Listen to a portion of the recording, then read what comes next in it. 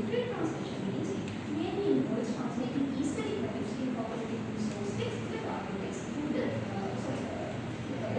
target language. So here, according to Yana Karina, this literary translation means it acts as a complete communication replacement of the original in terms of function, structure, and learning. So we have to pay attention to all these components when translating from source language to target language. So therefore, literary translation, all the elements covered by the literary text, including the message, the genre, the style, literary device, and everything should be considered. Gothic fiction is one such genre, and it has been originated in the late 80s. And according to this British Robbins and Newman, they say that Gothic fiction, it associates with supernatural and mysterious elements, and most of the time it encompasses terms such as Gothic mansions, old castles, then mist, wolves, something like that, in order to elaborate these supernatural and mysterious background. So Gothic fiction can be identified as texts that incorporate a range of literary devices, something similar to any kind of fiction that can be found. And personification is one such literary device which is very prominent in Gothic fiction, and personification can be defined as the act of giving a human quality or characteristic to something which is not typical for human behavior and diction. So in this research, it was intended to analyze how this literary device, personification, has been utilized as a literary device in Gothic fiction, Dracula, by Bram Stoker, to convey the message, the sense, and these aesthetic values from English to its corresponding Sinhalese translation, which holds the same title by Bandaranayake. So the objective of my study was to identify the strategies utilized when translating personified expressions from English to Sinhalese in Gothic text. And my research question was, how can these personified expressions in Gothic text can be translated from English to Sinhalese? The methodology incorporated was a mixed method, comprising both qualitative and quantitative methods. So first, the qualitative approach is followed through a comparative content analysis of 102 personified expressions that appear in source text in the English novel Dracula by Bram Stoker and its corresponding translation, which holds the same title by Bandaranayake. Furthermore, quantitative analysis was also performed to assess the frequency of the translation strategies applied when translating these personified expressions from English to Sinhalese. So these are some examples where personification is used as a literary device in English novel. So, if you pay attention to the analysis, the following were identified as the major translation strategies applied when translating these personified expressions from English to Sinhalese. Let me elaborate on that.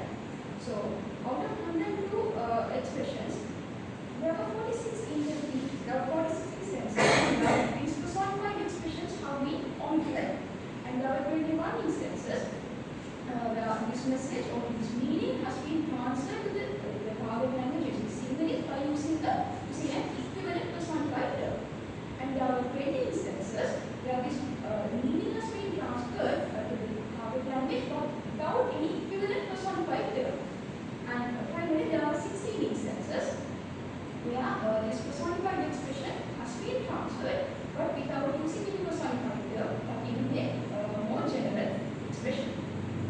So it can be furthermore elaborated by this pie chart. So if you pay attention to the first strategy, which is translating the idea denoted by the personified expression using a more general expression, let me elaborate by using one example. In the first example, it says a brave man's hand can speak for itself. Here, this object, a brave man's hand is an object which is an inanimate noun, and it has been personified by giving it the ability to speak for itself. Speaking is an action that can be done by a human being. But here, a hand has been showcased as an object, or not an object, but something which has the ability to speak for itself, speak on its own.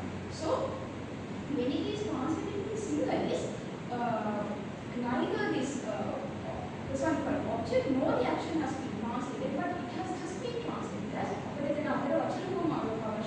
which could just be translated as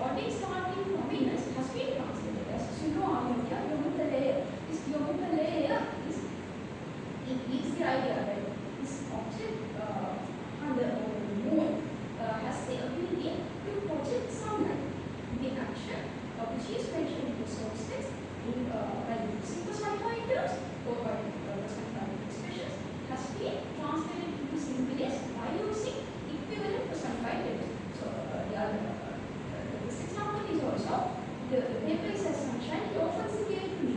Opening the gate, it's an action that can only be done by a human being. But here the personified action is done by just a paper, which is an inanimate noun. It has been translated as මේක හරියට ඉර පාරා වගේ මගේ ගමනට මඟ පාදා වෙනවා. So this can be translated as paving the path. So that's yeah. And finally the strategy 4 is omitting the identical